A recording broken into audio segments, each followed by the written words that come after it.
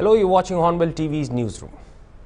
Human and animal conflict has been an age-old conflict that has continuously left the administration scratching their heads with a limbo. That is to protect biodiversity and also to protect human life. But due to the thin line, many lives are lost too in trying to strike a balance. When it comes to India, a report from The Hindu stated that India has the largest number of wild Asian elephants, estimated to be around 30,000. Loss of their traditional foraging environments has been bringing wild elephants closer to human habitations, sparking these conflicts. In this regard, Nagaland too has its fair share of this conflict, where over the past few years too, Hornbill TV has reported on this concerning conflict where numerous lives have been lost in Nagaland in particular. Wokha, Newland and Mookchung and in Tangke and fringe areas of the Dimapur district are seeing an increase in this human-animal conflict, especially with wild elephants entering farmlands. In today's newsroom, we will try and gauge the issue in a light that could bring more seriousness into the matter, for which we have with us our associate editor Alngoli joining me.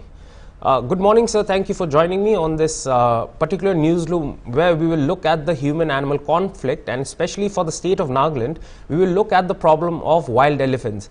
Well, to begin with, sir, what is your point of view, or rather what is your own take regarding this problem, since you also belong from a district where you, I'm sure, have been witnessing this conflict between elephants and farmers almost annually? And do you believe that these conflicts, the incidents of these conflicts, are only increasing with time? Yeah, Akivi, definitely. When I was growing up in Wokha, we used to hear a lot of stories about herds of elephants roaming in the lower plains of Wokha district. So that will be towards the Doyang hydroelectric project area now. So we used to hear a lot of stories, and over the years the stories have transformed from the idyllic, romantic expressions of rural life about animals foraging somewhere far from the settlements into something much more unpleasant and dangerous. So I remember, I think it was in 2020 or 2019 somewhere, I went to the village and my cousins told me that there were several herds of elephants, or I think it was a herd of elephant that was camping in our field on our land. And I have never encountered a story about elephant being in existence that close to humans, Sakibi. Yes. So the stories are changing. The incidents of attacks by elephants on people are growing every year in Maharashtra. One of the few places in India that you would normally not expect something in the nature of elephants attacking people. Even in Maharashtra in 2021, 85 people were killed by elephants. Yes. 2021. And then in 2022, 105 people were killed. So there's a jump. Yes. So according to the data we have been seeing, I think so far in India, even in 2023, about 2,853, somewhere in that region, people have been killed, and it's increasing every year. Yes. So I do not think that we need to have a romantic view of the situation here, because the situation is such that the realities, what the stories of the realities are telling us, that there is nothing that points only to the animals if we are going to play the blame game. Yes. So it's both sides, in the sense that I'm not saying that animals are capable of taking decisions, yes, but I'm saying that humans, we have destroyed a lot of habitats, as you have just pointed out now. Yes. And for places like Nagaland, where the community is still engaged in pastoral farming practices, jam cultivation for instance, yes, you are clearing acres and hectares and kilometers of pure jungles so that you can plant rice, so you can plant vegetables. And developmental works are destroying a lot of their habitat. So where do the animals go? Yes. They are searching. They are not like, oh, there are a lot of people out there in Wokha district, let's go and attack them. No. They are looking for food, a place to sleep. So I think this is a problem that demands not just a government policy intervention. We need much more than that. We need policy intervention that will include the community, conservation efforts, and we have to talk about land ownership rights in this case, because if there is any intervention policy that comes from the government, or if there are conservation efforts that have to come from the community, then it is certainly going to touch a lot of land rights issues. And when we touch land right issues, we are going to come to eventually talks about Article 371 about cultural practices of the Nagas. You have no right to create conservation areas in our land. So you're infringing on our rights. We have the right to kill animals because they're killing humans. So there will be a lot of complex networks of complex policy decisions that the government has to make, and a lot of lobbying at a community level for us to be able to arrive at a certain solution. All right, so you just mentioned a very important factor where you said that the community that is facing this issue or this conflict should be involved as to how to control such conflicts. Regarding Nagaland especially, so even though we have not been able to go to ground to cover this particular conflict, we have had conversations with villagers who actually don't blame the animal for what it's doing. Basically, it does not intend to kill, but it comes for foraging. But at the same time, the hard work of the farmers are all being crushed because the elephants trample on the fields, which destroys the field. Well, in this regard, so don't you think for the farmers, for this conflict, don't you think the only person or rather the victim would just look at the government and not any other agency with regard to this particular human and animal conflict? And do you feel that this justification, or rather to look at the government when such conflicts arise, do you think that that is justified as a reason? No, definitely not. I am not saying that because the animals have the capability to take decisions in regard to what they do and what they don't, and how they encroach on people's land, or saying, oh, these are human settlements, so we're going to go in and attack and eat their cabbages. No.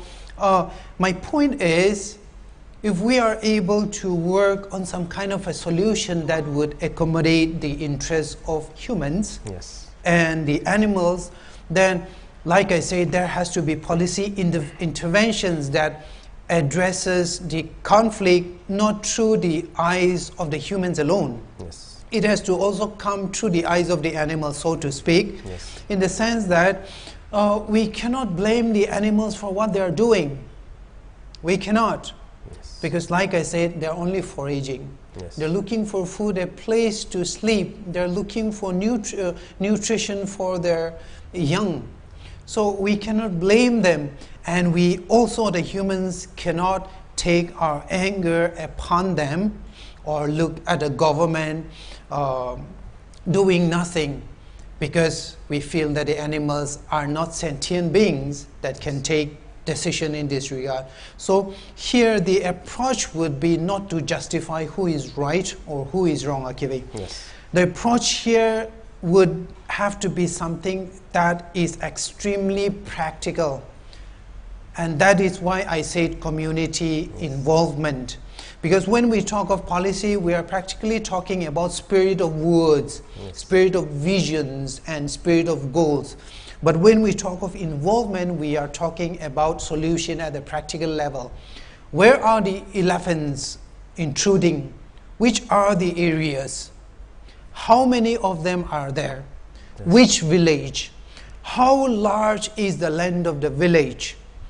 Is there any way we can create a conservation spot that we can wall it off and the elephants can roam as they can without affecting the livelihood, the farms of the community or the villagers.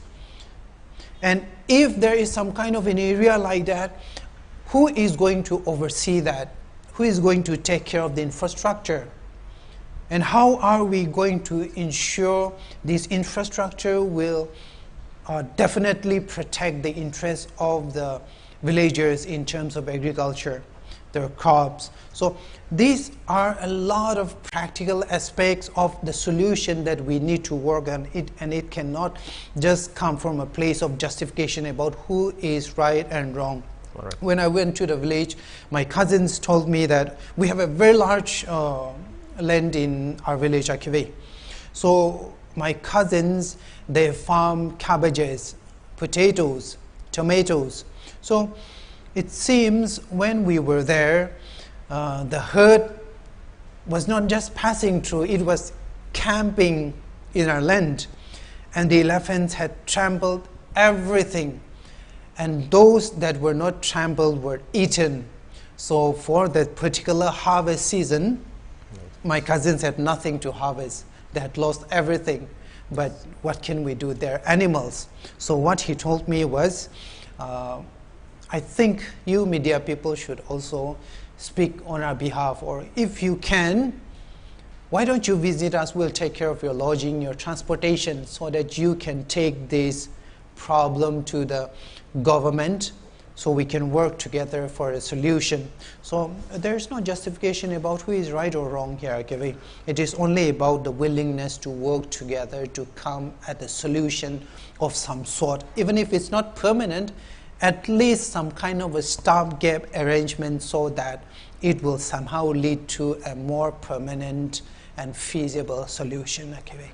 All right, now sir, now coming back to the general topic of the human-elephant conflict, well, the Northeast is endowed and blessed with a huge forest cover, and this particular issue, Hornbill TV has been continuously or consistently reporting about this conflict. So this news comes from the states like Tripura, it comes from a joining state like Assam, and we've got several other northeastern states facing the same problem. On this behalf, even the forest department, the forest officers, the rangers, when you take a look at the issue that is taking place in Tripura, the rangers have specifically installed GPS to track the movement of the herds so that it can create a buffer zone before entering cultivated land. When you take the case of Assam, in Kaziranga, there are corridors that are protected for the forest. There are equipments there that track the movements of the elephants. Right. In this regard, sir, do you believe that since the issue is almost generally the same, which is the human-elephant conflict,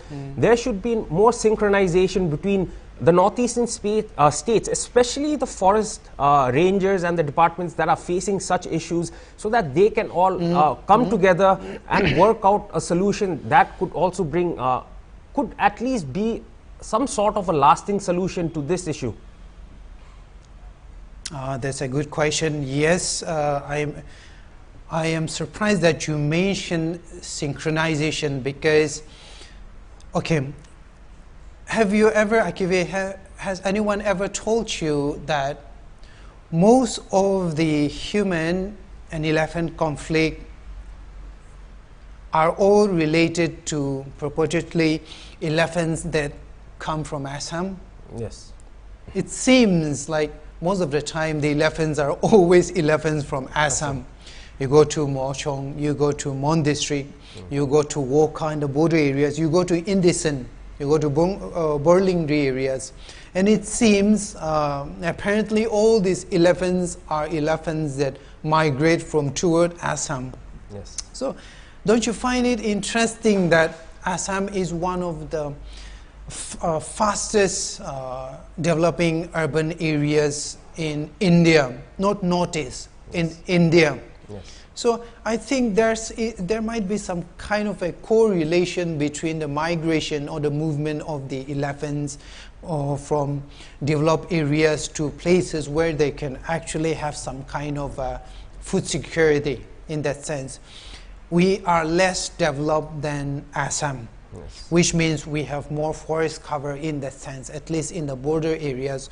So this is not just an issue of Nagaland or Wokha or Moshong or Mon district. It is, as you said, I think a solution that will demand the involvement of all the stakeholding states Yes. and the stakeholding communities. So we have people in Kaziranga who use technology to create a network of systems that will also warn communities when elephants are on the move. Yes. So that is one of the measures. If you warn the communities in advance, then I think there is a higher level of safety. Yes. And second, again, for instance, we work together with Assam to be able to map out the migration zones Yes. or the nesting zones of the elephants, where we will need infrastructure for each. Because today it will be, the herd of elephants will be in Nagaland. Tomorrow it might go back to Assam, Yes. which means whatever consequences the elephants or the animals have on that ecosystem there, it is going to have an effect on each of the state that every time the herds travel to and forth. So we need definitely synchronization of our activities at a policy level and at a community level. And we also need to share technology also. We have to share tech knowledge with each other, how GPS is there, we have trackers and monitoring systems, we have data controllers. Yes. We can map out how many elephants are there in these certain areas. So that's also another thing that we can work together on. And secondly, especially in the border areas, in places like Assam and Nagaland, Yes. there are disputed belts there. Yes. So there have been observations in the past, if one day maybe the elephants might also, their foraging in disputed lands and causing damage in disputed lands would also lead to tensions between communities from two different states. Yes.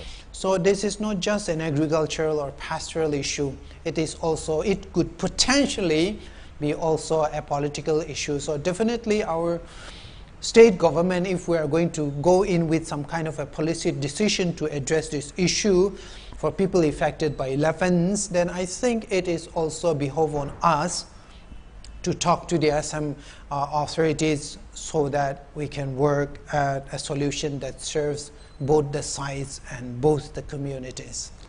All right. Regarding the human-elephant conflict and also the innovative measures, if you take the case of this particular conflict in the South India, especially where there are huge forest covers in Tamil Nadu, in Andhra Pradesh, in Karnataka. Yeah. Well, sir, in those areas, these wild tuskers during the must time where the animal is on heat and he's got large hormones, it seems during that time the elephant is the most agitated, and that is the time the wild elephant is the most dangerous. Also, what the forest department of the southern states are doing is now they are training elephant handlers in which they capture wild elephants and train them and use these trained elephants to go capture rogue elephants. So do you believe that with such innovative measures, do you think that it also kind of creates some kind of an employment opportunity for those people residing in those villages that are affected by this conflict? And do you believe that adapting such measures, giving such training, having workshops for such issues could also mitigate the factor, and so that the blame goes less to the government and the community also has more participation into dealing with this problem? Yeah, definitely. I think the training capital of states such as Tamil Nadu and Kerala is much, much higher than us. Yes. And because they have been experienced in dealing with this problem a little much more longer than Nagaland or Assam has been, or at least Nagaland or Arunachal Pradesh has been. Yes. So the knowledge capital for this, for the governments of Tamil Nadu, for example, or Karnataka or Kerala, Yes. is much, much higher. So I think there will be much more advanced, which means that for us, in order for us to start to capitalize on such kind of knowledge or training capabilities for us to handle the problem of animal human and animal conflict, Yes. then I think we have to start now. It is not like we have to suddenly jump from class 1 to BA1. It doesn't happen like that.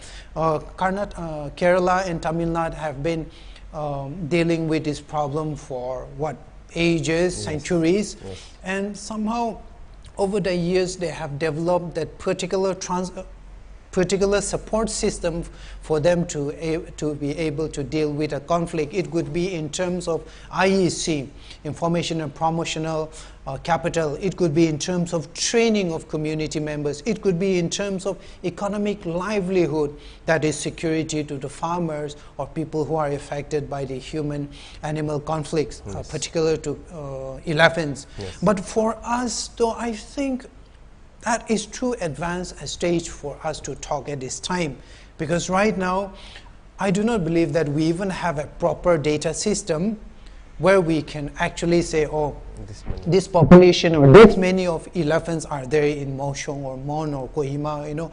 We don't know how many times they pass through a village or an area, how many times they migrate in a year. We don't know their demographic also.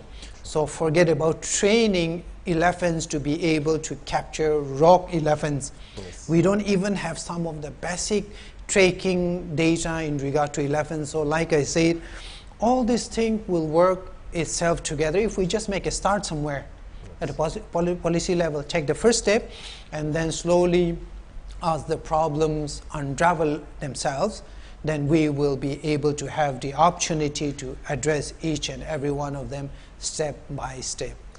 All right, so to end it, I want to bring back one topic that you had mentioned earlier in one of your replies, which you had stated that Assam is one of the fastest developing cities in India. Now, in this regard, sir, where like the rest of the Northeast are still on that developing slope, while Assam is already on another level, do you believe that because of development and the factor that now anyone talks about is development, do you feel that we are being a little too greedy, humans are being a little too greedy in also giving a little space to animals, which is why such conflict and rather the attacks on humans by animals? Do you believe that this is also another factor, that we want more development but taking others' space? Definitely look at our roads. And I am not someone who is against development. I say bring all the development we can get our hands on, but I think there is something also, especially in the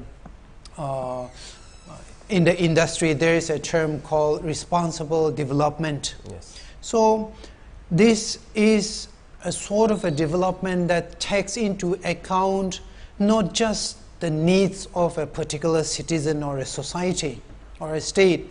It takes into account all the complex networks of people, animals, environments, and especially its future impact. It is very interesting. Yesterday I was reading an old report that I did in the Morong Express, where Nagaland was one of the most funded, I think it was way back 2012. This is not a new data, but 2012. So I was going through my old reports. Nagaland during that time was one of the most and highest funded states in Northeast India, along with Assam and Haryana, I think.